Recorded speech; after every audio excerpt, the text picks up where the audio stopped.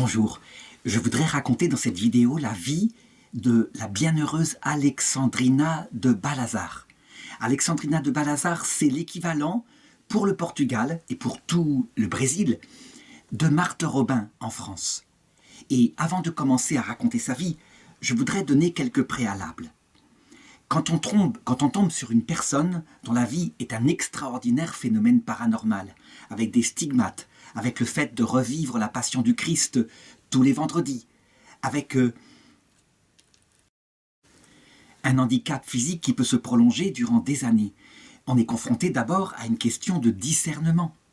Ça veut dire que ce phénomène-là, si on le présente à un psychiatre, il dira « c'est manifestement ce qu'on appelle un syndrome de transfert ». Ça veut dire il fixera son intelligence sur une cause naturelle et sur ce qu'on appelait dans le temps l'hystérie. Ça veut dire que la personne s'imagine de tels symptômes parce qu'elle veut être entourée, aimée, remarquée, que ces symptômes finissent par somatiser dans son corps. Autre hypothèse, quand on a affaire à quelqu'un qui n'aime pas cette personne-là, eh bien on dira, manifestement, c'est un phénomène démoniaque et l'apparition des stigmates n'est pas du tout une preuve de sainteté. Et la personne négative prendra comme exemple, effectivement, des cas qui sont arrivés dans l'Église. Je pense au célèbre possédé de Loudun, tout un couvent de religieuses qui se laissent entraîner à un moment donné par une sœur, une religieuse, qui est visionnaire.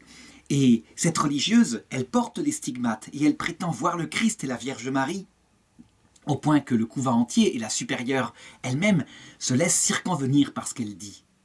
Alors, eh bien ça se passe au temps de Louis XIV, on enverra un prêtre dominicain, quelqu'un qui est un excellent théologien et qui viendra pour discerner si le phénomène vient vraiment de Dieu. Il arrivera au couvent et il lui dira simplement « Ma sœur », alors qu'elle est en pleine apparition de Jésus, « Ma sœur, c'est l'heure de l'office, dites à Jésus de revenir un peu plus tard, nous allons aller dire l'office. » Et la sœur, au lieu d'obéir, s'énerva violemment en disant « Mais comment pouvez-vous parler ainsi à Jésus alors qu'il est en train de communiquer des messages importants ?» Le père revint simplement vers son évêque en disant « Ce phénomène ne vient certainement pas de Dieu. » Et comme il était accompagné de phénomènes paranormaux, ça veut dire qu'on parlait de lévitation, de choses comme ça, eh bien, il en conclut que ça venait du démon. Alors, qu'est-ce qui a permis à l'Église de dire que pour la bienheureuse Alexandrina, non, manifestement, le phénomène n'est ni une hystérie, ni un phénomène satanique, mais qu'il vient de Dieu. Et il faut rappeler que quand l'Église béatifie, eh bien, elle engage une infaillibilité. Ce n'est pas l'infaillibilité doctrinale habituelle, mais c'est l'infaillibilité de la volonté de Dieu. Ça veut dire que l'Église demande à Dieu, après avoir fait une enquête sérieuse, d'abord sur le contenu de l'enseignement de la personne, et puis sur ce qu'elle est, les fruits spirituels qu'elle a portés autour d'elle, était-elle une personne équilibrée ou pas? Eh bien, elle demande malgré tout, malgré, je dirais, les conclusions qui peuvent être positives, elle demande malgré tout une confirmation de Dieu par un miracle authentique après la mort qui ne peut pas s'expliquer par la nature. Eh bien, il y a eu la confirmation pour la bienheureuse Alexandrina, et donc, manifestement, le phénomène venait de Dieu et de ses anges. Eh bien, dans cette vidéo, je voudrais non seulement raconter la vie de la bienheureuse Alexandrina, mais aussi faire avec l'Église la démarche de discernement pour voir comment l'Église a fini par dépasser l'opinion qu'a eu pendant un certain temps son père spirituel qui, lui, pensait que c'était un phénomène d'hystérie.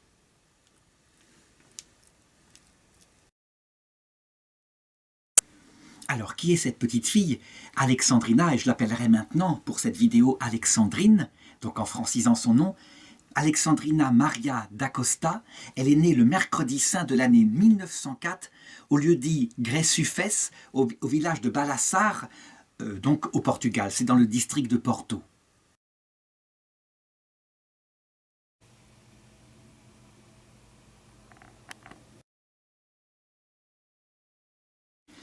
Elle est la fille d'un couple de petits paysans, humbles, pauvres, mais catholiques profondément, comme c'est le cas à cette époque-là, pratiquement pour toutes les personnes au Portugal. Et donc, comme ça se fait à l'époque, parce qu'on a beaucoup de mortalité infantile, le Portugal, il est pauvre, c'est un pays d'émigration. Les gens sortent du pays parce qu'ils cherchent du travail ailleurs. Eh bien, on la baptise dès le lendemain à l'église du village parce qu'on estime que comme ça, elle sera protégée. Si elle venait à mourir brutalement, elle sera protégée des limbes éternelles. Et c'est une petite fille joyeuse, avec cette campagne immense du Portugal dans laquelle elle joue avec ses camarades. Et elle est très pieuse aussi. Elle suit le catéchisme. Simplement, alors, à un moment donné, alors qu'elle a 9 ans et qu'elle joue avec des camarades, elle grimpe dans un chêne et puis fait une chute qui va l'obliger à recevoir l'extrême onction une première fois, mais elle se remet sans aucune séquelle de cette première chute. Comme presque tous les enfants pauvres de cette époque, eh bien, on la place très vite à titre de bergère pour garder des moutons ou des vaches dans la montagne. À titre de journalière, elle est payée au jour le jour selon les petits travaux qu'elle aide dans des fermes. Je voudrais maintenant raconter ce qui va constituer dans sa vie un premier drame avec des conséquences physiques importantes. Elle a 14 ans, nous sommes en 1918. Il faut se souvenir que c'est donc 1 an après la fin des apparitions de Fatima, pas loin de là, au Portugal. Ces apparitions où la Vierge demande au monde des personnes qui pourraient éventuellement se consacrer comme victimes, parce qu'il n'y a personne pour aider les pauvres pécheurs, et à cause de cela, beaucoup vont en enfer. Toujours est-il qu'elle a donc 14 ans, elle est dans sa chambre, à l'étage, en train de coudre avec sa sœur qui s'appelle Deolinda. Et alors 3 hommes pénètrent dans la maison. Les parents ne sont pas là. Leurs intentions sont nettes. Il s'agit d'un viol. Alors, elle n'a pas d'autre solution. Elle fuit, et sa sœur aussi. Et elle a l'idée de sauter par la fenêtre. Elle saute donc de l'étage, ça fait 4 mètres, et elle tombe sur le sol en se réceptionnant mal, si bien qu'elle se tasse violemment les vertèbres, et toute sa vie, à partir de maintenant, elle va présenter un handicap, une difficulté à marcher, et jamais aucun médecin ne pourra soigner cela. C'est évidemment quelque chose de catastrophique pour elle, d'autant plus que, quand elle marche maintenant dans le village, eh bien, les jeunes hommes qui peut-être la regardaient, elle est donc à l'époque de l'adolescence, l'époque où on peut nouer des couples, éventuellement en vue du mariage, eh bien, ont tendance plutôt à se moquer d'elle, avec sa démarche un petit peu lente, etc. Elle arrive à se traîner quand même à l'église de temps en temps. Et il faut imaginer, évidemment, les dégâts psychologiques que ça peut faire pour une adolescente de cet âge-là.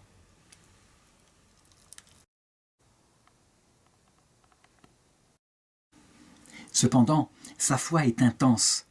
Elle est profondément croyante, elle connaît les apparitions de Fatima. Il n'empêche qu'elle n'accepte pas cette chose-là qui lui arrive. Elle qui était si vive jusqu'ici, qui grimpait aux arbres comme je l'ai montré, qui était capable de courir dans la campagne. Et donc elle supplie Dieu de la guérir. Elle supplie la Vierge de Fatima de le faire aussi. Et elle promet que si elle est guérie, eh bien elle se consacrera à Dieu. Sa vie ne sera pas pour elle, elle ne se mariera pas, mais elle sera missionnaire pour annoncer Jésus-Christ partout dans le monde.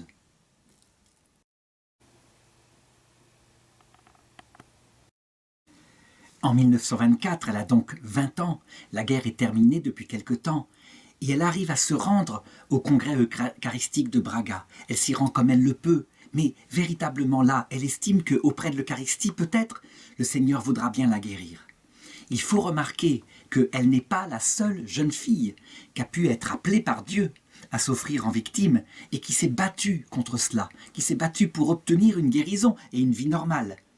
C'est quelque chose d'ailleurs qu'il faut remarquer, qui est très sain.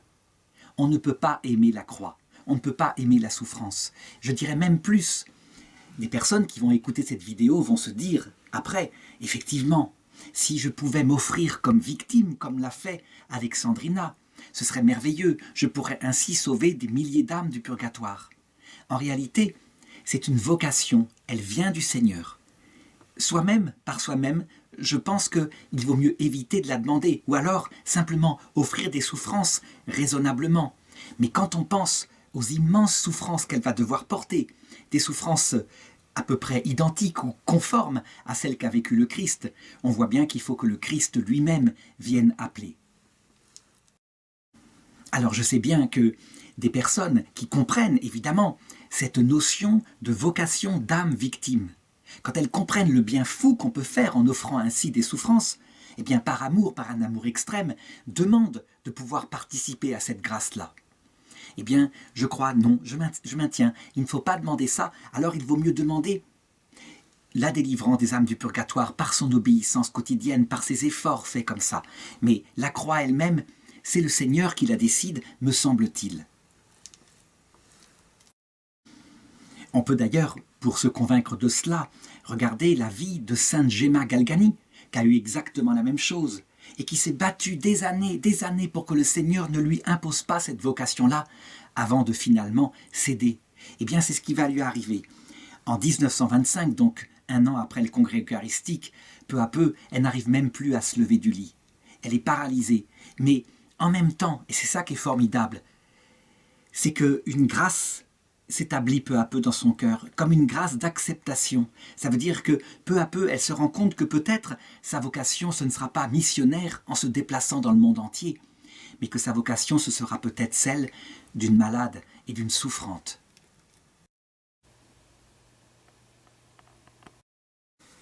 Il faudrait évidemment pouvoir connaître son chemin intérieur entre 1924 et puis 1938 où l'acceptation est totale. Elle a alors 34 ans, évidemment, et où du coup commence à se réaliser dans sa vie des tas de phénomènes mystiques extraordinaires dont je vais parler tout à l'heure. Je pense que en regardant d'autres mystiques comme Marthe Robin, etc., on peut arriver à reconstituer ce qu'a dû se passer. Ça veut dire qu'au départ, eh bien, elle est une jeune fille normale et elle se bat pour avoir un peu de bonheur sur terre. C'est le minimum. Et puis, peu à peu, elle lit, évidemment, et elle voit bien, par exemple, ce que dit la Vierge à Bernadette à Lourdes. Elle lui dit « Je ne te promets pas de te rendre heureux en ce monde, mais dans l'autre, oui. » Et donc, le chemin se fait en elle, avec cette souffrance que, en plus, les médecins essayent de guérir par tous les moyens, mais manifestement, ils constatent à la radio, parce que les radios sont inventées à cette époque-là, qu'il y a un écrasement définitif de certains coussinets des vertèbres, la moine a été atteinte, il y a des choses coincées, des nerfs sans doute, et donc, ils ne peuvent rien faire, c'est beaucoup trop difficile. Et donc, le chemin se fait dans son cœur comme ça, mais c'est accompagné, à chaque fois, de grandes douleurs, et aussi de grandes grâces de lumière. Peu à peu, le Seigneur lui explique ce que c'est que cette vocation de victime. Alors, il faut que je m'arrête ici, dans la vie de la bienheureuse Alexandrina, pour raconter ce qu'il en est, parce que c'est ça qui est fondamental. Les gens se disent, mais c'est absurde. Et les protestants en particulier, quand ils regardent cela, ils disent, mais le Christ, il a tout souffert pour nous. Sa souffrance, elle est infinie. Il est Dieu fait homme. Il a tout accompli, c'est textuellement marqué. C'est quoi cette histoire doloriste d'accepter des souffrances, d'offrir des souffrances? Eh bien, en réalité, les protestants se trompent, me semble-t-il, sur une partie des choses. Oui, le Christ a tout réalisé, mais de son côté à lui. De son côté à lui, parce qu'il faut considérer que l'alliance qu'il a créée à la croix est une alliance de salut. Une alliance, ça veut dire qu'il faut deux personnes. C'est comme un mariage. Pour signer un contrat de mariage, il faut certes que le mari ait dit oui de tout son cœur, et il l'a fait, il l'a manifesté par les souffrances qu'il a vécues pour nous. Ah, de son côté, tout est accompli, et rien ne pourrait être plus manifestement de l'amour. Mais il y a de notre côté, et notre côté à nous, si nous, l'épouse, nous ne disons pas oui, eh bien, l'alliance ne s'accomplit pas, il n'y a pas de mariage. Évidemment, à la croix, il y avait pour nous représenter notre mère, la Vierge Marie. Elle était celle qui était la seule qui croyait, et elle a dit oui en notre nom à tous. Certes, mais notre mère Marie, que d'ailleurs Jésus nous donne à la croix, qui est donc la co-rédemptrice universelle, la mère de tous les vivants spirituels, eh bien nous sommes ses enfants, et les enfants de Marie. Elle ne peut pas nous forcer à accepter cette alliance-là. On ne force pas des enfants. Les enfants, à un moment donné, il faut qu'ils deviennent adultes et qu'eux-mêmes fassent leur consentement pour s'engager envers Jésus. Donc nous sommes nous-mêmes, pour nous-mêmes, des co-rédempteurs, mais évidemment à l'image de Marie. Nous le sommes aussi pour nos frères, nos sœurs. Quel est l'effet de cette souffrance quand elle est acceptée, le fait de porter la croix de Jésus? Eh bien, elle est de trois sortes, véritablement. Et je sais que c'est une théologie spécifiquement catholique, peu portée par les orthodoxes, qui a été développée en particulier avec quelqu'un comme sainte Marguerite Marie Alacoque et la compréhension du Sacré-Cœur. Le premier effet de la souffrance, quand elle est totale, et Alexandrina va passer par des moments de désespoir, donc de nuit de l'esprit, comme je vais le raconter tout à l'heure, c'est qu'elle façonne notre cœur sans illusion sur soi.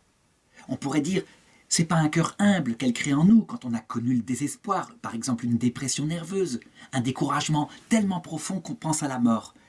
Et ça va être le cas d'Alexandrina. Eh bien, quand on connaît cela, on ne peut plus être debout et avoir des illusions sur soi. Son cœur est mort à soi-même. On appelle ça, en termes théologiques, la kénose. Et c'est une qualité absolument essentielle parce que on ne peut pas voir Dieu sans cette qualité-là. C'est carrément comme ça. Tout simplement parce que Dieu lui-même, dans sa vie trinitaire, est comme cela, infiniment humble entre les personnes de la Trinité, et même avec nous, au point qu'il le promet. Si nous nous abaissons, il nous élèvera, et il nous élèvera à faire des œuvres plus grandes que lui-même a fait. C'est textuellement raconté par saint Jean dans son évangile, et donc par Jésus. Résultat, devant un tel Dieu immensément humble, si on n'est pas soi-même tout à fait modeste, mais plus que modeste, plus bas que soi, sans illusion sur soi, on ne supporte pas la vision béatifique d'un tel être. Donc première réalisation, ça façonne notre cœur. Deuxième réalisation, là, véritablement, c'est pour les protestants un scandale, mais pourtant c'est textuellement raconté par saint Paul. On achève dans sa chair ce qui manque aux souffrances du Christ, pour le salut du monde. Ça veut dire qu'on devient co-rédempteur. On aide le Christ et on prend sur nous certaines souffrances que du coup, il n'a pas eu à prendre à la croix. S'il avait dû prendre tout, et s'il n'avait pas été aidé par la Vierge Marie et aussi par la vision de nous, qui plus tard serions pleins de compassion pour lui et prendrions une petite goutte de ses souffrances, eh bien, il aurait été écrasé sans doute sous le poids de la croix. Alors, cette parole de saint Paul, qui le dit explicitement, la voici.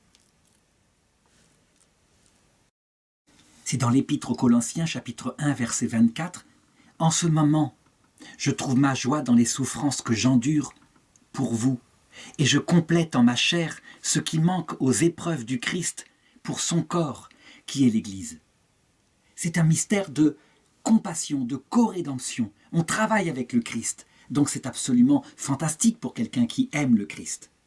Et puis, troisièmement, saint Paul le parle ici, la conséquence, c'est que cela rejaillit en source de vie sur nos pauvres frères. Il le dit, j'achève pour vous, donc pour l'Église. Très concrètement, on peut dire que quelqu'un qui accepte cette vocation d'âme victime va se trouver porté sur sa propre vie, aidé par la grâce du Christ, bien sûr, tout seul on ne pourrait pas. Eh bien, cette personne va se mettre à porter des souffrances de personnes qui l'entourent, ou quelquefois qui sont au purgatoire et qui, du coup, n'ont pas apporté tant de souffrances. Alors, on pourrait dire, cet aspect-là, il est contradictoire. Tout de même, si, pour voir Dieu, il faut mourir à soi-même, personne ne peut échapper, à un moment donné ou à un autre, à une souffrance terrible, par exemple une nuit de l'esprit, une sorte de désespoir qui fait qu'on perd son trésor, par exemple un avare qui perd son or, ou alors une maman qui perd son enfant. Ça paraît pas comparable.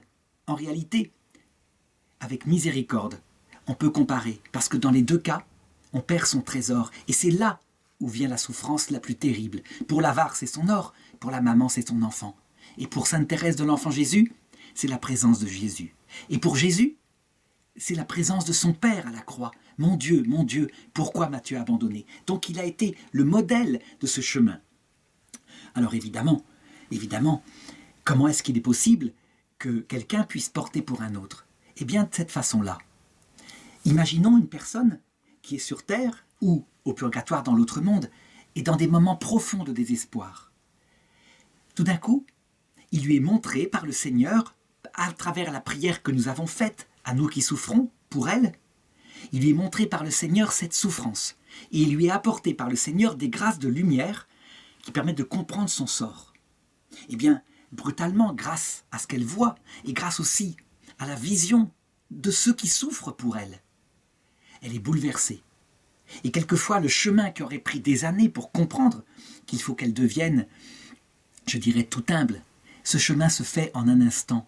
C'est le même effet que si, par exemple, quelqu'un était en prison, donc au purgatoire, depuis 40 ans, et tout d'un coup, sa petite fille arrive à faire passer un message par un caillou un papier entouré d'un caillou qu'elle a lancé par la fenêtre en lui disant « Grand-père, je sais que tu es là depuis 40 ans, je ne t'ai jamais oublié, nous faisons tout pour te sortir, je prie pour toi, etc. » Le grand-père, tout d'un coup, lui qui était écrasé par la solitude depuis 40 ans, serait bouleversé et tellement en larmes que, voilà, il comprendrait des tas de choses sur ce que c'est que la famille, l'amour, la compassion, la communion des saints. En fait, c'est une véritable communion des saints.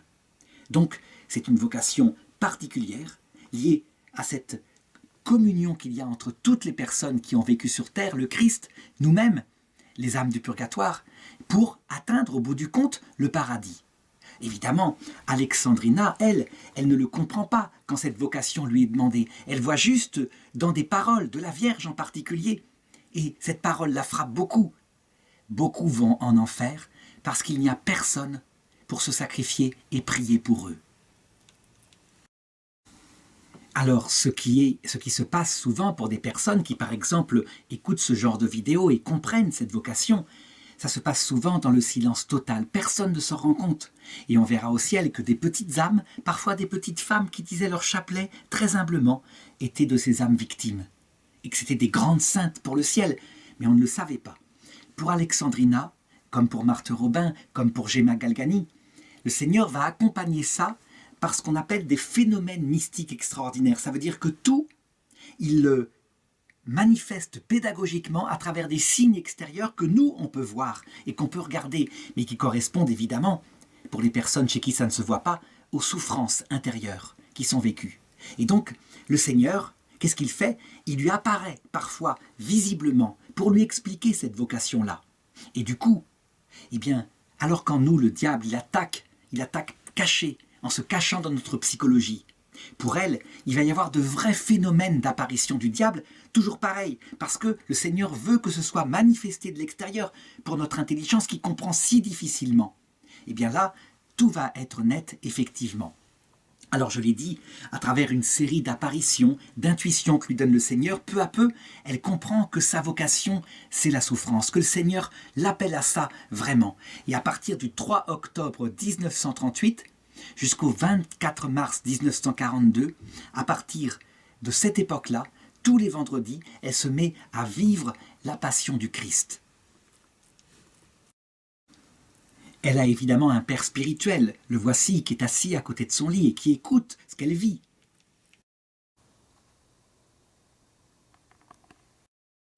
Mais lui, il regarde cela, je dirais, comme une compassion, comme une aide à une grande malade. Et quand il voit des phénomènes mystiques comme ça, il se dit que peut-être c'est lié à sa maladie. Il n'y croit pas vraiment, tout en étant présent. Toujours est-il que, alors qu'elle est paralysée dans la semaine, eh bien, lorsqu'elle vit la passion du Christ, tout d'un coup, elle retrouve la liberté de ses mouvements. Et alors, il peut suivre avec elle, durant tout le vendredi, où il est présent auprès de son lit, tous les événements de la passion du Christ, un par un. Voici quelques photos qui ont été prises de l'état physique où elle est dans ces moments-là.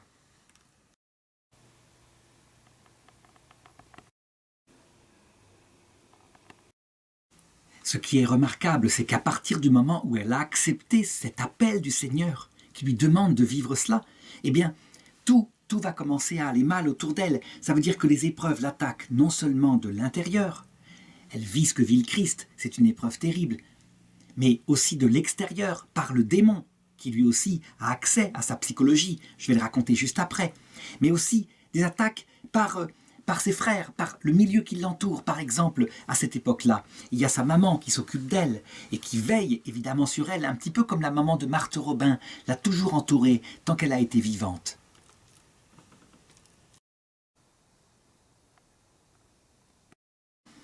Et cette maman, qui est une femme généreuse, eh bien, elle a accepté à un moment donné de se porter garante pour quelqu'un de sa famille qui voulait faire un emprunt pour lancer une petite entreprise. Et c'est une chose évidemment qu'il est très imprudent de faire, mais qu'on fait par amour et c'est normal. Toujours est-il que la parente n'a pas pu rembourser et donc les huissiers se sont retournés contre elle. Si bien que tous ses biens sont saisis au fur et à mesure qu'ils arrivent et sa maman va souffrir avec Alexandrina de ce qu'on peut appeler une extrême pauvreté, l'angoisse du lendemain, l'angoisse éventuellement de perdre sa maison. il convient d'analyser, dans le cas de la bienheureuse Alexandrina, ces attaques de démons. Souvent, on se dit, quand on est atteint par toutes sortes de malheurs qui tombent de tous les côtés, et c'est souvent le cas aussi des Africains, ils se disent, manifestement, on m'a lancé un sort, c'est pas possible, tout se passe mal pour moi. En réalité, pour la plupart d'entre nous, ce sont plutôt des coïncidences, un peu comme des ennuis qui arrivent, comme disait le général de Gaulle, en escadrille, comme ça. Et donc le démon n'a pas besoin d'être là.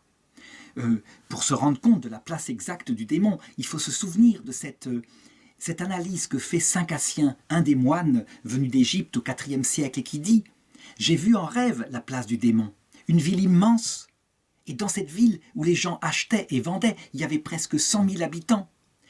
Aucun démon ne se trouvait, sauf un démon au pied de les remparts de la ville qui était là, au soleil, avec un sombrero en train de faire la sieste. Et puis ensuite, je suis allé dans le désert, où j'ai vu une personne qui essayait, comme elle le pouvait, c'était saint Antoine du désert, de se conformer à Dieu. Eh bien, il était entouré de milliers de démons qui tournaient autour de sa tête en essayant de le troubler dans sa prière de 1000 façons possibles. Et donc, étonné, dit saint Cassien, je suis allé voir le démon qui était tout seul, je l'ai réveillé, je lui ai demandé « Mais comment ça se fait? Il n'y a personne dans la ville ?» Et il m'a répondu « Ils se tentent eux-mêmes. » Eh bien, c'est à peu près pareil. Ça veut dire que pour nous qui sommes des pauvres pécheurs, nous nous tentons nous-mêmes par nos convoitises. Et ça suffit. Mais pour une personne qui, à un moment donné, prend au sérieux cet appel de Jésus à s'offrir dans la mort intérieure, perpétuelle, et dans l'amour de Dieu et du prochain, alors le démon repère un danger. Et donc il vient attaquer de toutes les façons possibles. Donc par des phénomènes, comme je l'ai dit, familiaux, ça peut être par le prochain, ça peut être par les prêtres eux-mêmes. En l'occurrence ici, le prêtre qui est là, qui s'occupe d'elle, et qui ne la croit pas du tout, secrètement. Et puis, ça peut être directement. Et donc elle le raconte.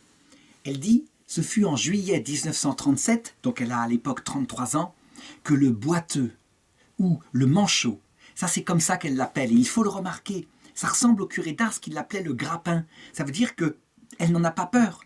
Elle considère que c'est un ange révolté, et que donc, quand elle est sous la protection du Christ, il ne peut l'attaquer que dans la mesure où le Christ le permet. Donc le démon, non content de tourmenter ma conscience et de me souffler des choses affreusement ordurières. Ça, c'est un autre phénomène. Alors, toujours pareil, qu'il ne faut pas toujours attribuer au démon. Des pensées ordurières qui viennent dans la tête, des pensées de haine du Christ, des pensées dégoûtantes concernant la Vierge Marie, etc. Des pensées comme ça qui reviennent avec obsession. On peut parfois y voir la marque du démon, qui les introduit dans notre tête alors qu'elles ne viennent pas de nous. Mais attention, parfois elles viennent aussi de notre psychologie, qui porte en elle, il faut le reconnaître, une capacité psychique à dire des choses comme ça mauvaises. Qu'on se souvienne par exemple du cas de cette femme dans les années 45, qu'on croyait possédée d'un démon, parce qu'elle pouvait rester des heures en arc de cercle, appuyée sur ses talons et sur sa nuque, comme ça, et en proférant des insultes abominables, elle qui était une petite femme très humble. Et en fait, quand les Américains arrivèrent avec leurs antibiotiques, eh bien, ils s'aperçurent qu'il fallait la traiter, parce qu'elle avait une espèce de fuite, un cancer de l'intestin qui émettait dans son sang des toxines, et que ces insultes-là venaient des toxines, pas d'un démon. C'était un phénomène physique. Donc encore une fois, il faut discerner. Toujours est-il que pour elle, ces pensées ordurières viennent, et l'Église discernera qu'elles ne venaient pas d'elle-même, et elle dit, le démon commença à me mettre à bas de mon lit, aussi bien la nuit qu'à n'importe quelle heure de la journée. Et pendant ces assauts, je ressentais en moi la rage et la fureur infernale. Je ne consentais pas que l'on me parle de Jésus et de Marie, ni même de voir leur image. Je leur crachais dessus et je les piétinais. Je ne pouvais pas non plus sentir la présence de mon directeur spirituel. Je l'insultais et je voulais même le frapper, ainsi que quelques personnes de la maison. Mon corps devenait violet et sanguinolent à cause des morsures. Je disais pareillement des gros mots envers les personnes présentes. Oh, combien j'aimerais que beaucoup aient pu le voir, afin qu'ils craignent l'enfer et arrêtent d'offenser Jésus. Là, en l'occurrence, on peut le dire, c'est une possession démoniaque. Ça ne vient pas du tout de sa psychologie. Mais le prêtre, lui, eh bien, il est là, il a des doutes encore, parce que il est peut-être, il a fait des études de psychologie, il voit bien que parfois ça peut venir de l'hystérie, peut-être que ça vient de cela. Comment faire pour discerner? C'est très compliqué. En réalité, pour discerner si la chose vient du démon, en l'occurrence ici, ou pour les stigmates de Dieu, ou si ça vient de l'hystérie, eh bien, il faut connaître la personne. Je dirais, quand on devine chez la personne un grand orgueil, une volonté de paraître, quand on la repère, mais attention, il faut le faire avec sympathie, parce que facilement, on est antipathique, suspicieux, et on finit par tout voir, tous les signes extérieurs, comme une volonté de briller. Donc, la méchanceté produit ça en nous, et c'est ce que certaines personnes penseront, je vais le montrer tout à l'heure. Mais quand on la connaît bien, et qu'on voit qu'il n'y a pas du tout cette volonté de briller, qu'elle vit quelque chose qui la dépasse, c'est un bon signe. L'hystérie, elle vient toujours d'une forme de vanité. On veut être considéré, on veut être regardé. Deuxièmement, il faut faire des tests en double aveugle. On pourrait quasiment parler comme ça veut dire des tests où la personne puisse être trompée pour voir s'il y a un discernement surnaturel. Par exemple, un prêtre comme ça, eh bien, il est au pied de son lit. Pourquoi est-ce qu'il ne lancerait pas, pendant qu'elle est en crise, quelques gouttes d'eau du robinet qui n'est pas bénite, pour voir ce qui se passe? Si la personne qui est sur son lit entre en crise encore plus violente, en insultant, en disant « tu m'embêtes avec ton eau bénite, etc., ça me brûle », c'est que c'est un mensonge, puisque c'est de l'eau du robinet. Si par contre, il y a un discernement permanent entre l'eau du robinet et l'eau bénite, c'est un signe qu'il y a quelque chose de paranormal. Avec prudence, bien sûr, puisque, évidemment, c'est un prêtre. Donc, a priori, il peut y avoir une haine du prêtre par définition. Autre remarque que je voudrais faire, c'est toutes ces insultes, ces haines. Elle dit « c'est l'enfer ». Je voudrais que les gens voient ça pour qu'ils voient ce que c'est que l'enfer, ce que c'est que les démons. Et il est vrai qu'à Fatima, quelques années plus tôt, quand la Vierge a montré au petit Francisco l'enfer, lui qui était un garçon qui faisait des bêtises, qui aimait jouer, qui n'aimait pas du tout cette histoire-là, il a tellement été bouleversé de voir la haine gluante, la boue qui émanait de ces damnés, leur visage décomposé par la méchanceté, eh bien qu'il s'est mis à dire le chapelet tous les jours. Et on peut dire, il ne pensait plus qu'à ça, délivrer des âmes de l'enfer. Alors, l'enfer, qu'est-ce que c'est? Est-ce que l'enfer, c'est ça? C'est un four de feu où on grille de la boue gluante, etc. Je dirais que c'est plutôt l'enfer tel que le voit le paradis. Parce que la réalité du cœur des damnés, c'est ça. C'est l'amour de soi poussé jusqu'à la haine de Dieu et du prochain. La haine de ce Dieu avec son humilité et son amour.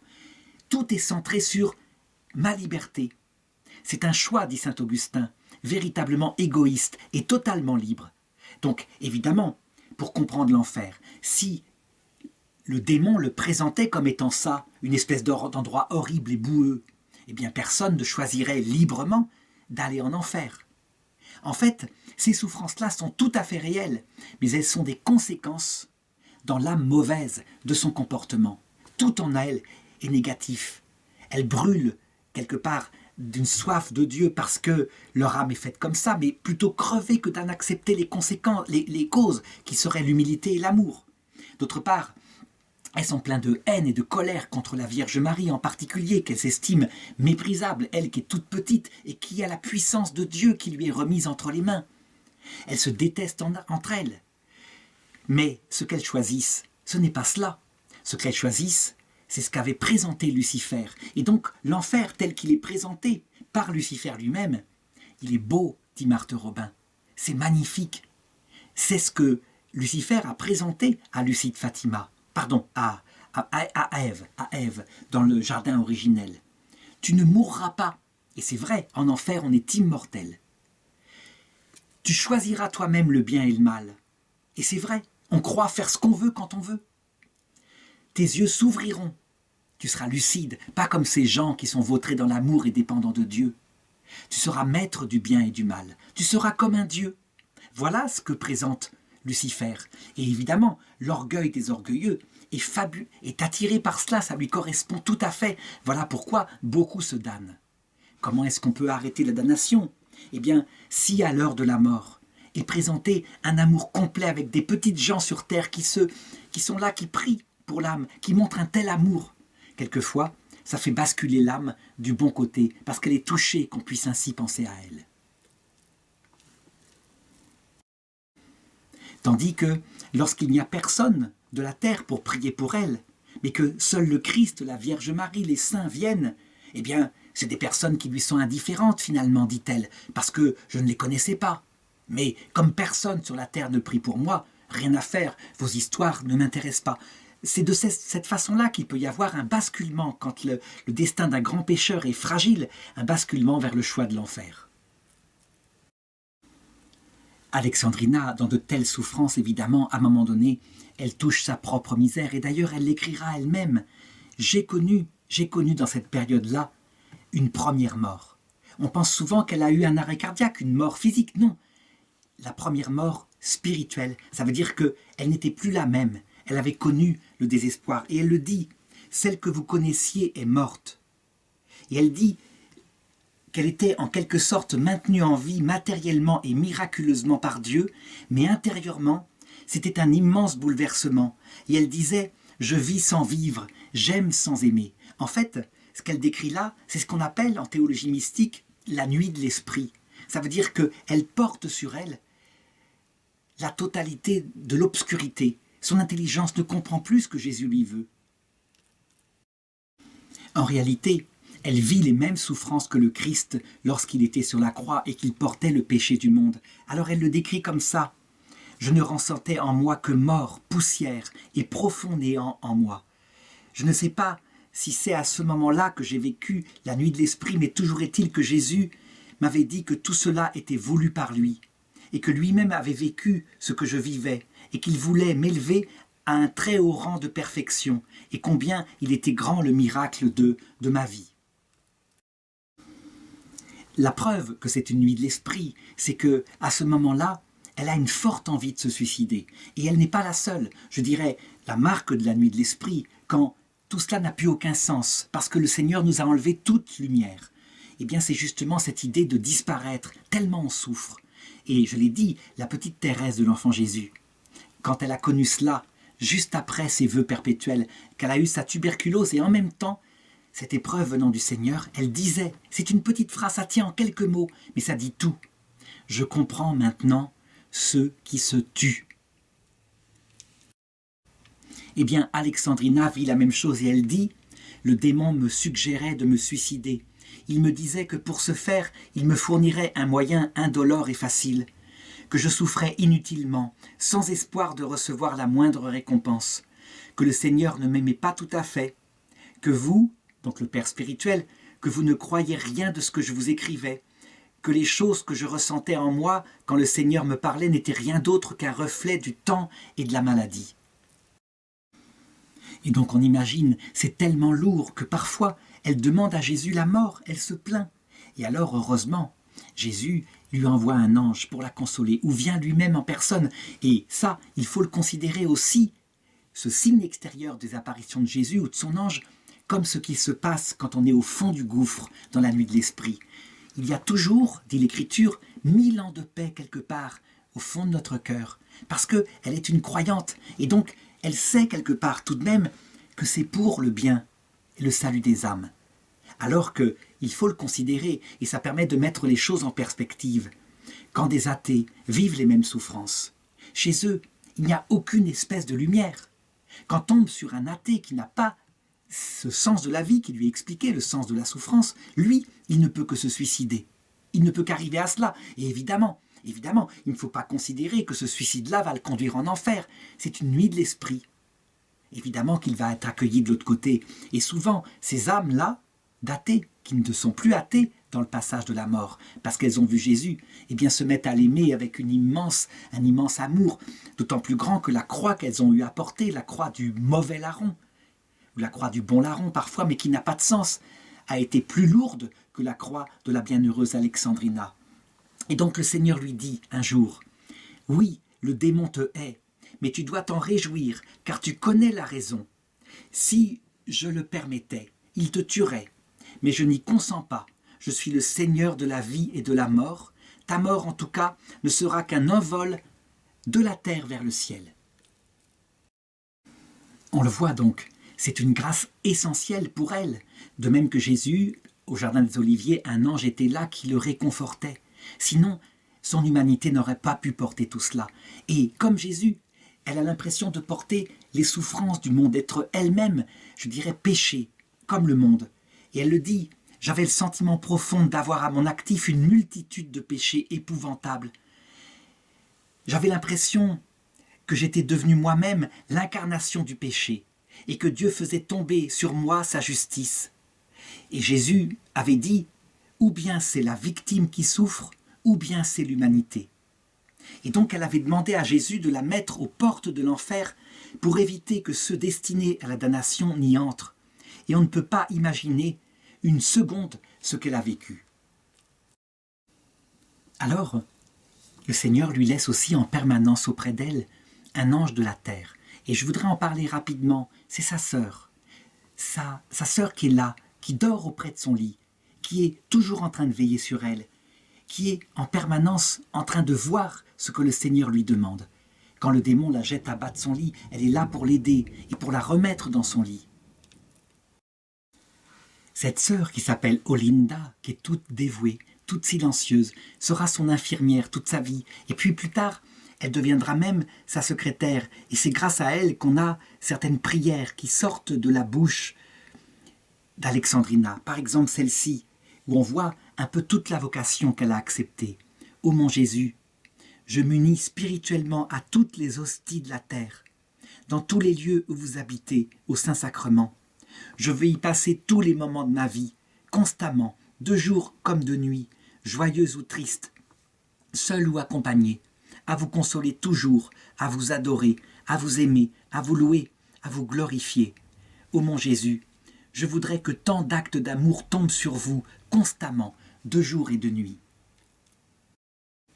Et elle termine ainsi, et cela démontre à quel point elle a maintenant accepté sa vocation de victime. Ô Jésus, je veux être victime pour les prêtres, pour les pécheurs, pour ma famille, victime par amour pour vous, pour votre sainte passion, pour les douleurs de la maman chérie, pour votre cœur, pour votre sainte volonté, victime pour le monde entier, victime pour la paix, victime pour la consécration du monde.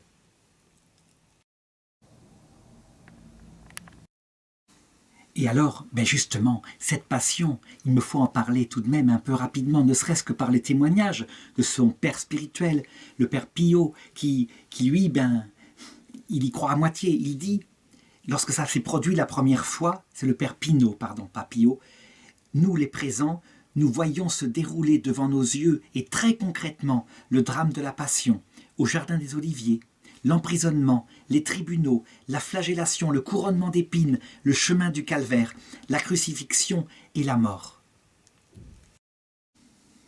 Le père Pino, en ce qui le concerne depuis toujours, il a demandé à Alexandrina de garder ce qu'elle vit secrètement, et il en a bien parlé à l'évêché. Et effectivement, de telles grâces sensibles, c'est un peu comme le secret du roi. On ne préfère pas en parler à l'extérieur, parce qu'on sait très bien que les gens risquent non seulement de venir en foule pour ceux qui croient en tout, mais quelquefois de ricaner pour ceux qui ne croient en rien. Toujours est-il qu'à partir de 1936, le problème c'est qu'il est gêné. C'est que, à travers les paroles d'Alexandrina, Jésus semble lui confier une mission à lui. Et donc, il se demande ce qu'il doit en faire. En effet, il y a des demandes explicites d'écrire au pape Pie XI pour lui demander la consécration du monde au cœur immaculé de Marie. Évidemment, ça le met en gêne, il va se faire remarquer quelque part. Donc, il écoute ce qui est demandé. Et alors, en fait, c'est accompagné de tas de prophéties, et des prophéties qui sont lourdes de nuages noirs. En même temps, il ne peut pas faire autre chose que de remarquer que depuis 1933, effectivement, en Allemagne, mais aussi en Italie depuis un peu plus longtemps, des gouvernements belliqueux sont arrivés au pouvoir. Toujours est-il qu'en 1935, dès cette année-là, Jésus avait annoncé par la voix d'Alexandrina, et sa sœur l'avait rapporté au Père, qu'il y aurait bientôt un grand châtiment pour les nombreux péchés de l'humanité. Et la parole disait, ce sont les victimes de mes tabernacles qui soutiendront le bras de la justice divine pour que le monde ne soit pas détruit, pour que ne viennent pas de plus grands châtiments. Je ne peux manquer de faire ici une remarque. On sait que, en 1944, Hitler avait voulu la destruction de Paris. Et étonnamment, on trouve dans des écrits de sainte Odile, une sainte qui a vécu au IXe siècle, donc bien avant, on trouve des écrits qui racontent que Paris, à cette période-là où la Germanie se considérera comme la nation la plus puissante du monde et répandra la guerre dans le monde entier. Et sainte Odile ajoute « dans le ciel, sous la mer et sur la terre ». Eh bien, Paris sera sauvé grâce à la prière des femmes dévotes qui sans cesse demandaient à Dieu sa miséricorde. Et on sait que, effectivement, à Paris, à Montmartre, durant toute la guerre, nuit et jour, des femmes se sont relayées devant le Saint-Sacrement pour supplier pour la France. Et Paris n'a pas été détruit, ce qui a été véritablement miraculeux, puisque le général von Choltitz, nommé par Hitler à Paris, un général qui avait ravagé des villes en Biélorussie, en Russie, sans aucun scrupule, n'a pas osé s'attaquer à Paris.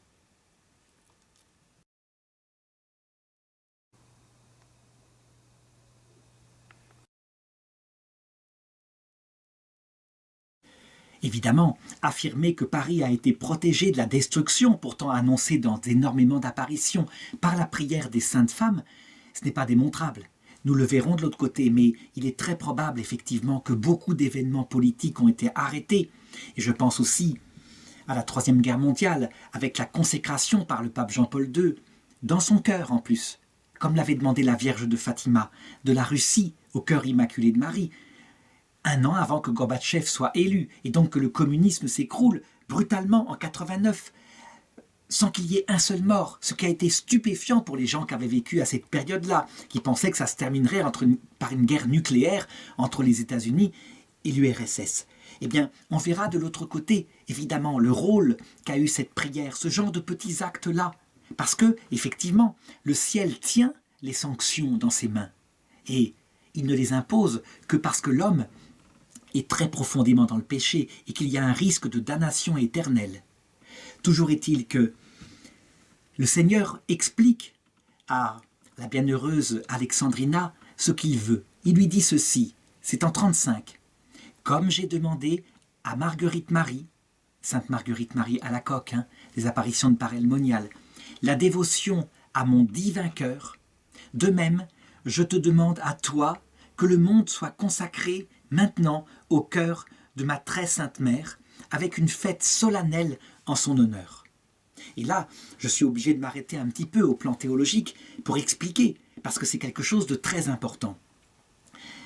C'est vrai qu'on constate qu'il y a des âges dans l'approfondissement par l'Église de ce que le Christ a enseigné. Ça veut dire qu'au début de l'Église, on considère le Christ comme un juste juge qui viendra réprimer les méchants. Christ Pantocrator, maître du monde.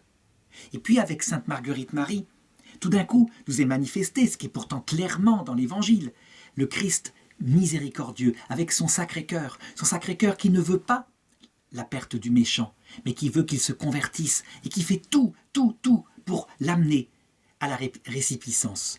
On voit même cette chose-là s'établir par exemple avec Sainte Faustine, qui manifeste que ça se passe même juste qu'à l'heure de la mort. À l'heure de la mort, le Christ vient chercher les grands pécheurs en personne, accompagné des saints et des anges, et leur communique une grande lumière, ce qui manifeste l'immensité de sa miséricorde.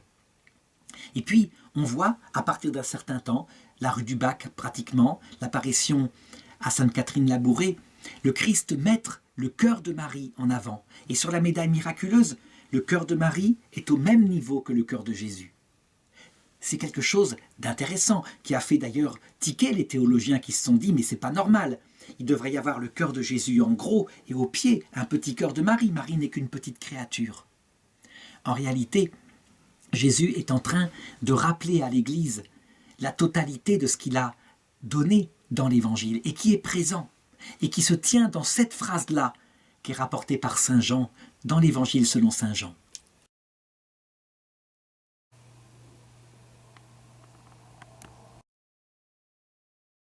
C'est au chapitre 14, verset 12. « En vérité, je vous le dis ». Ça veut dire qu'il s'y engage, Jésus. « Celui qui croit en moi fera lui aussi les œuvres que je fais, et il en fera même de plus grandes, parce que je vais vers le Père. » Parce que je vais vers le Père. Ça veut dire quoi? Ça veut dire que Jésus est dans la relation au Père comme ça. Le Père lui a tout remis et Jésus remettra tout au Père. On sait que c'est dans l'Évangile, ça paraît curieux, mais en fait, parce que dans la Trinité, c'est comme ça. C'est un concours d'amour réciproque et cet amour réciproque s'appelle le Saint-Esprit. Chacun met l'autre au-dessus de lui-même. On pourrait dire, ben d'accord, ça concerne Dieu. Le problème, c'est que Dieu révèle dans son Évangile qu'au ciel, le plus grand, c'est le plus petit. Et il ne faudrait pas croire que le plus grand, c'est la Vierge Marie. Il y a quelqu'un de plus grand au ciel que la Vierge Marie, c'est Dieu. Et pourquoi ? Parce que selon cet ordre-là, Dieu, le Tout-Puissant, créateur de l'univers, se fait plus petit que la Vierge Marie, lui-même. Il est comme ça. Et je l'ai dit au début de cette vidéo, c'est l'explication du fait que nous devons mourir à nous-mêmes pour le voir face à face. On ne supporterait pas sans cela. Eh bien, il le réalisera en acte. Ça veut dire qu'il fera que nous, si nous nous abaissons devant lui, nous ferons des œuvres plus grandes que ce qu'il a fait. Les protestants répondent, mais c'est aberrant. Tout vient de Dieu. Nous sommes des serviteurs, disent les musulmans. Et ils ont raison. C'est pourquoi Jésus le précise. Il le dit.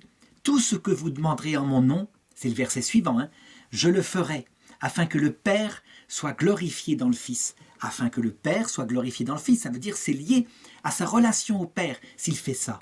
Très concrètement, ça veut dire quoi ? Eh bien que quand nous arriverons au ciel, et quand la Vierge Marie, qui s'est fait la plus petite de toutes, est arrivée au ciel, il l'a fait reine de son cœur. Ça veut dire qu'il ne la met pas à égalité avec lui, en lui donnant tous ses pouvoirs. Il la met au-dessus de lui, en lui donnant tous ses pouvoirs et en lui confiant les enfants.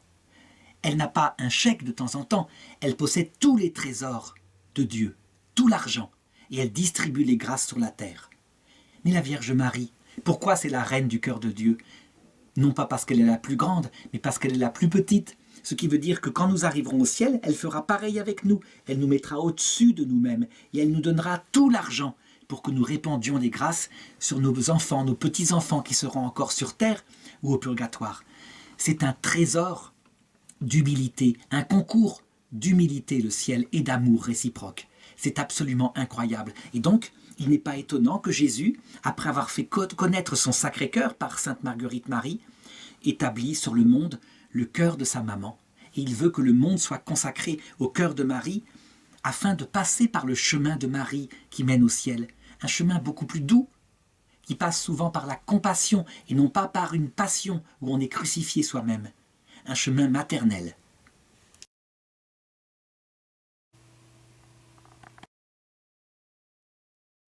Et donc le père spirituel, le père Pinat, eh bien, il recule à l'idée de faire connaître les choses. Et c'est vrai que Alexandrina n'est connue que de son petit cercle familial, d'un petit cercle d'amis. Finalement, il écrit à l'évêque. Et l'évêque, à un moment donné, pense qu'il faut effectivement garder cela comme étant le secret de Dieu.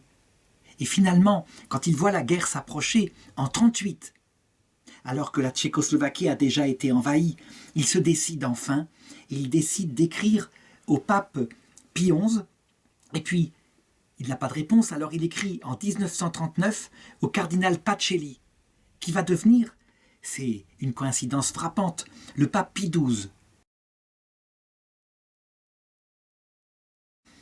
Et le cardinal Pacelli, qui lui est au courant de ce qui se passe en Allemagne, il a été nonce en Allemagne, il voit très bien la haine monter contre le peuple juif en particulier, et aussi contre tous les opposants au nazisme, et il sait aussi ce qui se passe du côté de l'Union soviétique. Eh bien, il est frappé par cela, et il se dit, eh bien, peut-être que ça vient de Dieu. Toujours est-il qu'il le garde dans son cœur, et d'autant plus que le message dit que le terrible châtiment qui va s'abattre sur l'humanité, eh bien, cela viendra à cause de deux choses. Des péchés d'impureté. L'impureté, ça veut dire une sexualité adultère, dans tous les sens, commis de plus en plus dans le monde. Et quand on compare à notre époque, évidemment, ce n'était rien à l'époque.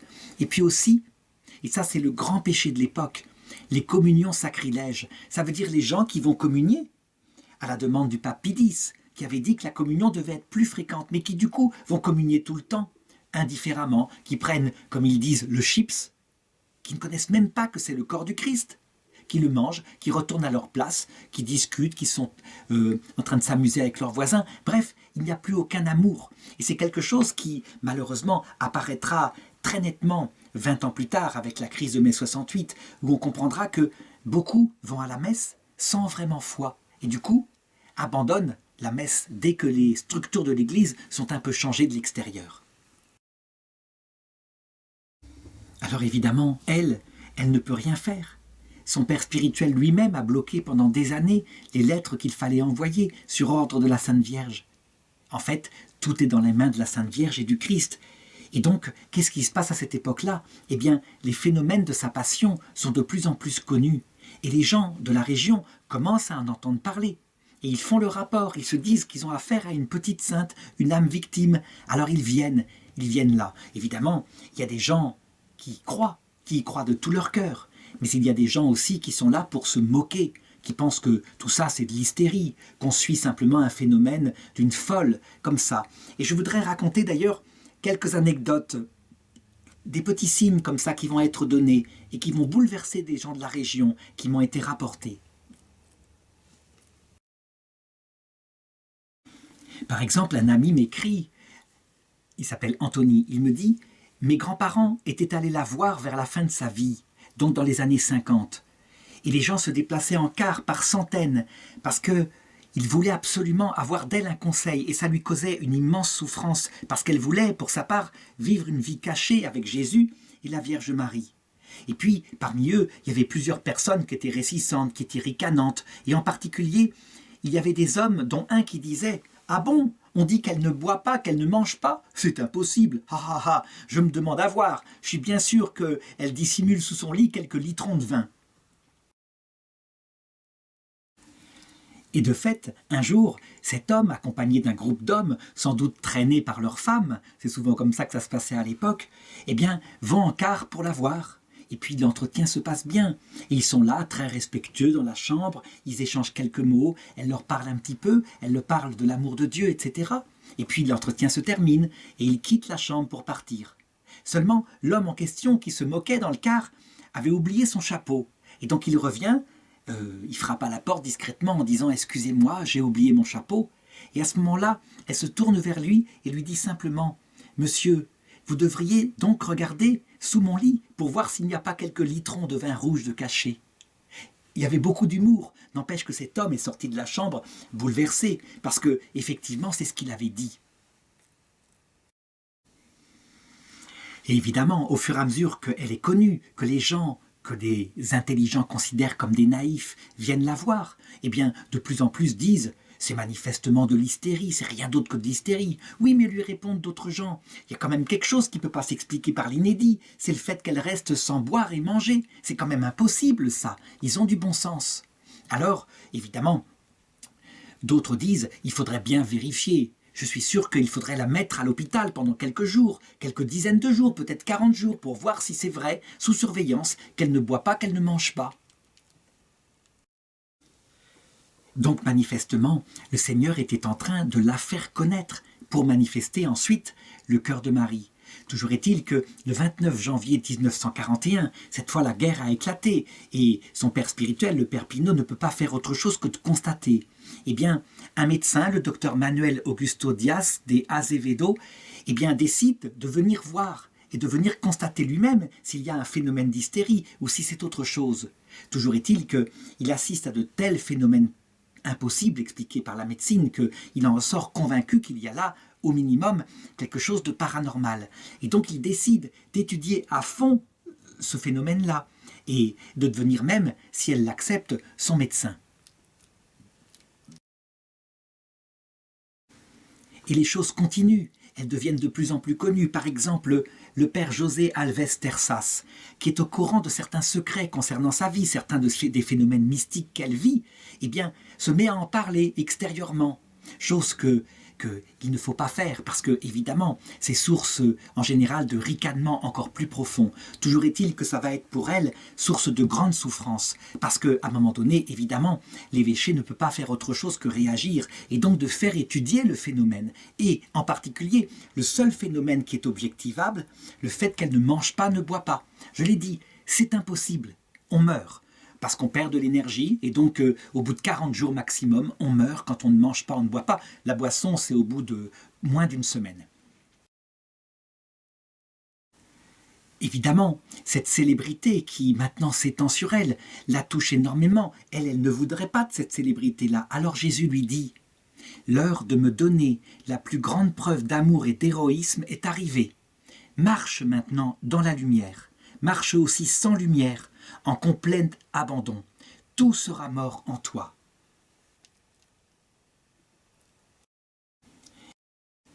Et donc effectivement, elle se met à être de plus en plus dans la lumière extérieure des hommes qui la regardent de tous les côtés, et intérieurement dans un désert spirituel absolu. C'est un tiraillement, c'est une crucifixion intérieure. Cependant, parallèlement, lui arrive une grande joie, parce qu'en 1942, le pape Pie XII, qui voit le malheur s'étendre sur le monde de tous les côtés, qui ne sait plus quoi faire, qui, je dirais, ne peut même pas parler publiquement, parce qu'il a vu comment les évêques hollandais qui ont parlé ont subi une persécution encore plus forte du peuple juif en particulier, qui a été quasiment entièrement exterminé. Alors il agit, et il se dit qu'il faut agir comme si Dieu ne faisait rien. Et il fait cela, il envoie des ambassadeurs partout pour que on protège dans les monastères, dans les paroisses, ceux qui sont persécutés, et en particulier le peuple juif. Et puis il se dit, il faut faire comme dit saint Ignace, il faut prier parce que Dieu fait tout. Alors, comme il a cette demande qui vient à la fois de Fatima, quelque part, sauf que Fatima parle en plus de la Russie, de consacrer la Russie à Marie. Mais là, par Alexandrina, c'est de consacrer le monde au cœur immaculé de Marie, alors il décide de le faire. Il fait solennellement. Et puis, il remet les choses pour que la Vierge Marie obtienne les grâces d'arrêter cette guerre.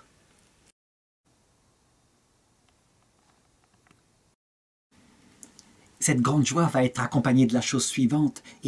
Jésus accepte maintenant que ces stigmates à Alexandrina ne soient plus visibles de l'extérieur, mais qu'ils soient vécus simplement intérieurement.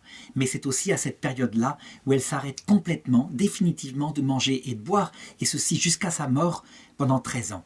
Et donc, le médecin qui s'occupe d'elle, obtient, on ne sait pas comment, peut-être avec l'aide de l'évêché, qu'elle soit internée dans un hôpital pendant un certain temps, sous surveillance médicale, avec des infirmières qui vérifient chaque chose, pour voir si c'est vrai, si elle ne ment pas, si elle ne mange pas et si elle ne boit pas. L'examen est sérieux, c'est un examen qui doit durer 40 jours. Je dirais avec en permanence une prise des constantes vitales, etc., pour voir ce qu'il en est. Et évidemment, elle ne peut pas tricher. Et donc, pendant ces 40 jours, les médecins vont constater qu'effectivement, ça se passe à l'hôpital de Foz do Douro, près de Porto. Ils constatent qu'effectivement, elle n'a pas mangé, elle n'a pas bu, mais que, malgré tout, elle n'a pas maigri énormément. Elle est certes maigre, elle ne pèse pas grand-chose, mais son énergie vitale, sa capacité de répondre est intacte. Elle n'est pas du tout affaiblie. Et donc, les médecins sont obligés de conclure en disant manifestement, ce qu'elle vit est absolument inexplicable par les données actuelles de la science. Ce qui est stupéfiant, c'est que le 16 juin 1944, cette fois, c'est une commission de 3 théologiens qui sont nommés par l'évêché pour observer, pour voir ce qu'il en est du cas d'Alexandrina.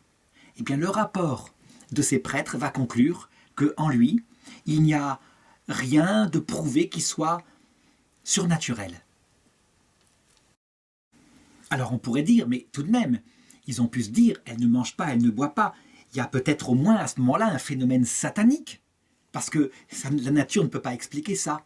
Non, ça ne vient pas de Dieu, ça ne vient pas de Satan. Il y a un phénomène naturel qui se passe ici, une sorte sans doute d'hystérie. Et à partir de ce moment-là, on peut dire que la persécution va s'abattre sur elle de tous les côtés. Il faut faire taire ce phénomène un peu bizarre duquel on se méfie. Le pape Benoît XVI a soulevé dans ses conférences cette grande douleur que vivent beaucoup de gens quand ils sont persécutés, non pas par des athées, mais par les membres même de l'Église, qui manifestement montrent au minimum un aveuglement théologique. Là, on peut le dire. On a presque affaire à ce qui s'est passé au temps de Jésus, quand un aveugle de naissance fut guéri par lui, et que les prêtres du temple constatèrent cette guérison, et puis, du coup, voulurent prouver que c'était bien l'aveugle. Et que, ensuite, en convoquant ses parents, qu'il était aveugle de naissance, etc. Et jamais ils ne voulurent croire. Quand on voit ça, évidemment, de propres prêtres, on est stupéfait. Évidemment, cette persécution et cet aveuglement, il vient de Dieu. Ça fait partie des épreuves qu'elle vit pour le salut du monde, et en particulier pour le salut des prêtres, qui quelquefois, malheureusement, sont des bergers qui mènent le troupeau plutôt sur la terre qu'au ciel. Alors, cet ami Anthony me raconte cette autre anecdote qui se passe à peu près à cette période-là. Évidemment, les curés, eh bien, ils suivent ce que dit l'évêché, et donc, en particulier, un curé d'un petit village qui s'appelle Avanca, à 50 km de là où est Alexandrina, donc elle est à Balazar, eh bien, ce curé-là était tout à fait d'accord avec la conclusion de ces trois prêtres, et il disait « Il ne faut absolument pas se rendre auprès d'elle, c'est une fausse mystique, c'est ridicule. » Et il interdisait à ses paroissiens de le faire. Et les paroissiens, évidemment, eh bien, toujours pareil, ils sont des laïcs, ils ne sont pas tenus à une obéissance religieuse, ils y allaient quand même, et ils y allaient en quart. Et lui, il n'était pas content de ça, en permanence. Et les témoins de l'époque racontent que quand il prêchait à l'église le dimanche, et qu'il tonitruait en particulier sur cette crédulité des gens, eh bien, dès qu'il se mettait à parler, les micros, qui devaient amplifier son son, eh bien, étaient saisis par un espèce de phénomène, un phénomène de sifflement, de bourdonnement. C'était incroyable parce que ça ne le faisait que quand c'était lui qui parlait. Alors, devant un tel phénomène, quand même, à un moment donné, des paroissiens lui disent « Mon père, vous devriez aller la voir au moins une fois pour vous rendre compte comme ça. » Ce prêtre-là, c'était un prêtre spécial, ça veut dire qu'il était assez mondain. On ne peut pas dire que c'était un mauvais prêtre, mais disons que sa grande obsession, c'était sa coiffure. Et il se faisait faire des mises en plis par des coiffeurs comme ça, il se promenait avec des soutanes absolument impeccables, magnifiques, etc. Toujours est-il qu'il finit par céder. Il va donc voir Alexandrina un jour, et elle le reçoit comme ça, et elle lui dit aussitôt, tout de go, comme venant de la part de Dieu,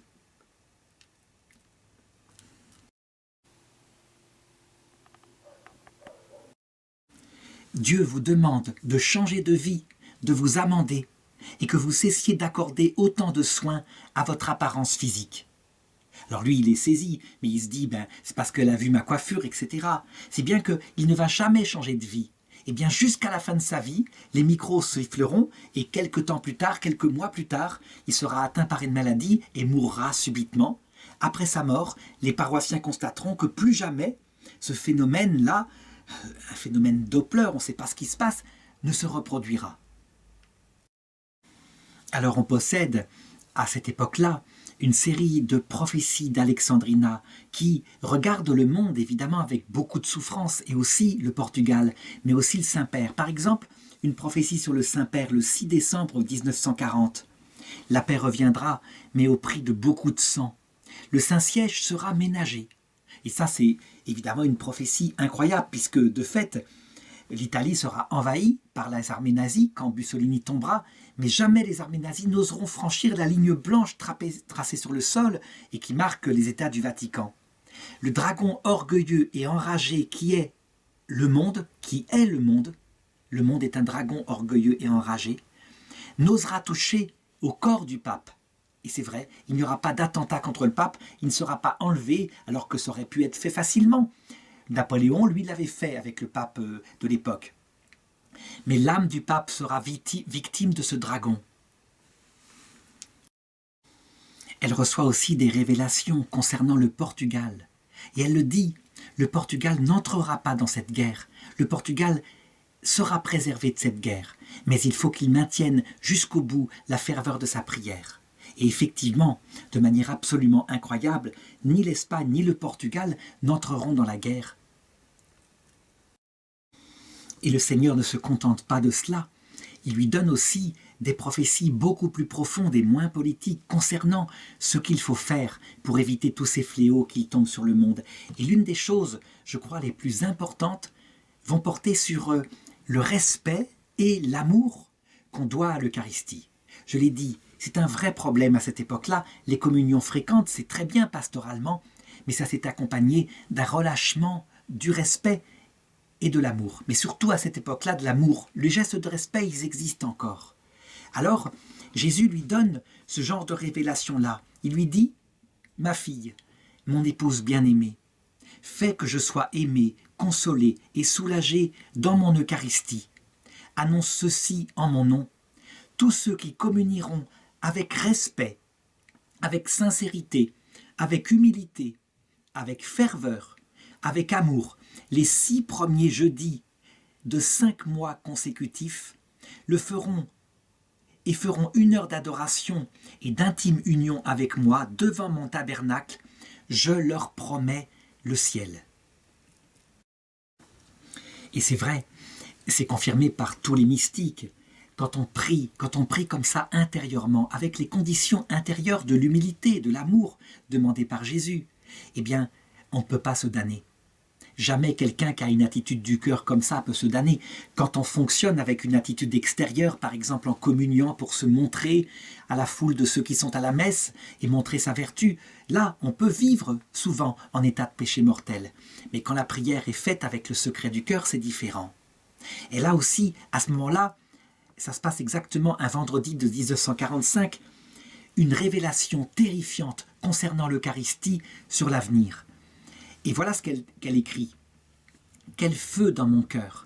Combien je donnerais, combien j'aimerais souffrir pour obtenir que ce feu soit le mien et qu'il soit un feu d'amour pour Jésus. Je veux de l'amour pour le donner au monde, afin qu'ils aiment uniquement Jésus.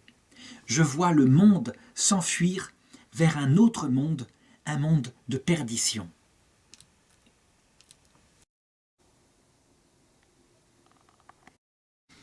Et elle a la révélation de l'état des âmes qui vont communier dans l'avenir. Elle constate, elle dit « Je voyais tous qui venaient manger et boire au calice de l'Eucharistie. Et à partir de cet instant, cette scène allait se répéter à moi sans arrêt. Et quelle horreur j'ai vue! J'ai vu tant de Judas buvant et mangeant indignement le corps du Seigneur. Que de langues sales, pire encore, combien de mains indignes distribuant ce pain et ce vin, et des mains indignes et des cœurs démoniaques.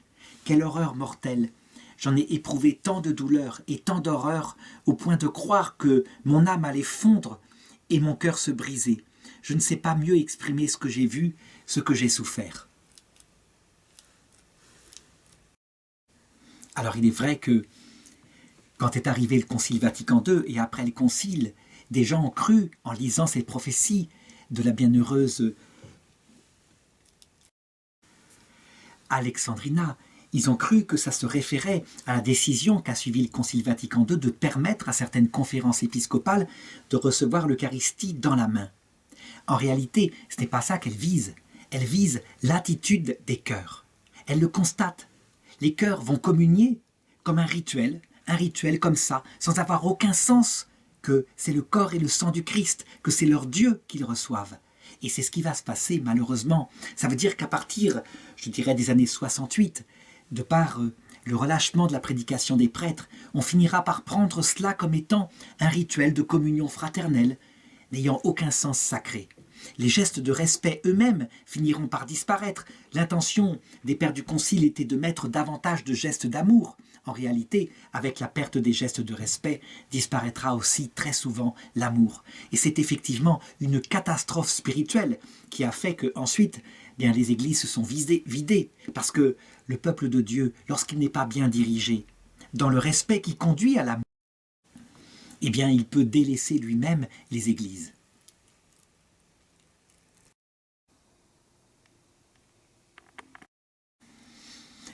L'archevêché lui-même, à cette époque-là, il doute beaucoup de la véracité de ce phénomène, et donc les visites sont interdites auprès d'elle de 1944 à 1952. Et puis le peuple de Dieu, il passe outre, et elle est véritablement entre deux eaux comme ça. Est-ce qu'elle doit recevoir ? Est-ce qu'elle ne doit pas recevoir ? Le Seigneur lui demande de recevoir, mais elle aimerait tellement être dans le silence. Finalement, en 1952, l'évêché retire cette interdiction de la visiter. Et là, elle est visitée par de plus en plus de monde. Et quelquefois, dans une même journée, on a quelque chose comme 10 000 personnes qui sont sur le secteur pour assister à la messe, pour se confesser, etc. En 1955, Alexandrina a maintenant 51 ans. Mais le Seigneur l'a avertie qu'elle ne va pas rester bien longtemps sur terre. La mort approche. Alors, 2 fois de suite, parce qu'elle croit qu'elle va être maintenant emportée dans l'autre monde, elle dicte un testament spirituel pour les pauvres pécheurs. Et sa sœur prend les notes. Donc on a des écrits de cette bienheureuse de l'Église catholique.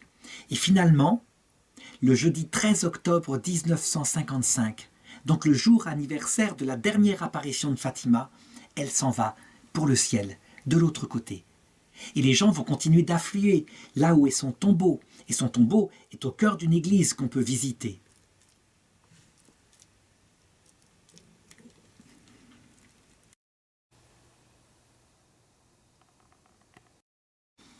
Jusqu'au terme de sa vie, elle a vécu la passion du Christ, avec des phénomènes étonnants, comme par exemple quand elle tombe de son lit, alors qu'elle ne pèse plus que 34 kilos, et bien des hommes qui essayent de la remettre dans son lit et qui n'y arrivent pas, elle est trop lourde.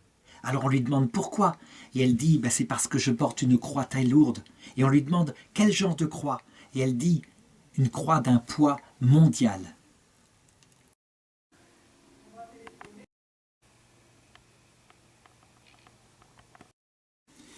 Le peuple de Dieu, quant à lui, il est convaincu qu'on a affaire à une sainte et donc il se rend obstinément en pèlerinage sur son tombeau. Si bien qu'à un moment donné, l'archevêché de Braga est obligé d'ouvrir une enquête canonique pour voir si effectivement elle a vécu des vertus héroïquement et si elle ne pourrait pas, de par la volonté de Dieu, être béatifiée.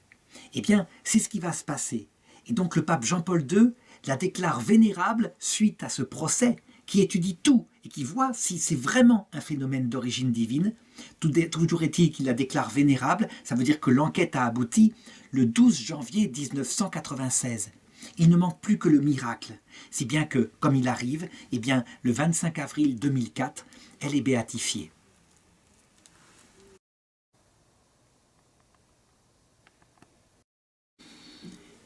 Et les écrits spirituels qu'elle a laissés sont vraiment bouleversants. Il y a par exemple ces appels à ce que des âmes victimes acceptent cette vocation-là. Jésus le dit, combien de victimes j'ai choisies? Combien de victimes j'ai choisies et qui se sont refusées? Si tu m'aimes, si tu es tout à moi, ne me refuse pas ce que je te demande, sois ma victime. Autre chose, Alexandrina, avant de partir, a indiqué que, comme la petite Thérèse, elle passerait son ciel à faire du bien sur la terre. Et elle le dit textuellement, et je crois qu'on peut lui faire confiance. Le Seigneur lui fait écrire « Je te promets qu'après ta mort, toutes les âmes qui visiteront ton tombeau seront sauvées, sauf s'ils le visitent et continuent dans le péché, abusant de la grande grâce que par toi je leur accorde. Afin que toutes celles qui visitent ton tombeau se sauvent, elles ont besoin d'autres grâces qui ne sont pas nécessaires à ceux qui visiteront ton lit. Celles-ci leur seront accordées par toi. »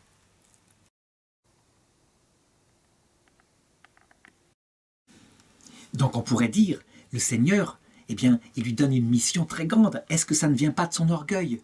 Non, parce qu'on a l'attitude, justement, d'Alexandrina qui, elle, ne cesse de s'abaisser devant un tel don. Et elle le dit, « Pauvre pécheur, si les cendres de mon corps sont utiles un jour à votre salut, alors, dans ce cas-là, approchez-vous, traversez-les, piétinez-les, jusqu'à ce qu'elles disparaissent, mais ne commettez plus de péché, n'offensez pas notre Seigneur Jésus. J'aimerais vous dire tant de choses que l'étendue de notre grand cimetière ne suffirait pas pour les écrire. Convertissez-vous, n'offensez pas Jésus, ne souhaitez donc pas le perdre pour toujours. Il est si bon, arrêtez de pécher, aimez-le, aimez-le. » Voilà, je conclurai cette vidéo en disant, vraiment, il faut regarder cette vie qui est toute faite de phénomènes mystiques extraordinaires et donc visibles, pour comprendre un peu le destin qui nous attend. C'est le même. Ça veut dire que si nous voulons bien suivre son message, nous serons les rois et les reines du cœur de Dieu dans l'autre monde. Et nous passerons notre éternité à faire du bien auprès de ceux qui en ont besoin sur la terre. Ainsi s'est réalisée la promesse que lui avait fait Jésus le 22 novembre 1937, alors qu'à cette époque-là, elle n'était connue que de sa famille. Il lui avait dit « Je veux qu'après ta mort, ta vie soit connue, et elle le sera. Je ferai qu'elle le soit. Elle arrivera jusqu'aux confins du monde. »